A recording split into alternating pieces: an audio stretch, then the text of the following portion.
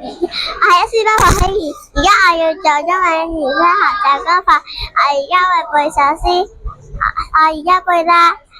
頭上銅箍不用裁，本身說白走將來，平生不敢輕言語，一叫千戶萬戶開。咁咧，我咧而家咧就會唱一首歌咧，關於有隻龜同埋隻兔仔。隻龜咧就其實代表咧長壽，隻雞咧就會幫咧嗰啲人起身嘅，做大嗰陣時。咁我而家唱首歌啦。喂，我唱俾你。1蚊1隻，1蚊1隻，1蚊1隻龜，1蚊1隻，1蚊1隻海上的兔仔。你話小兔定龜貴，我乜都冇問題。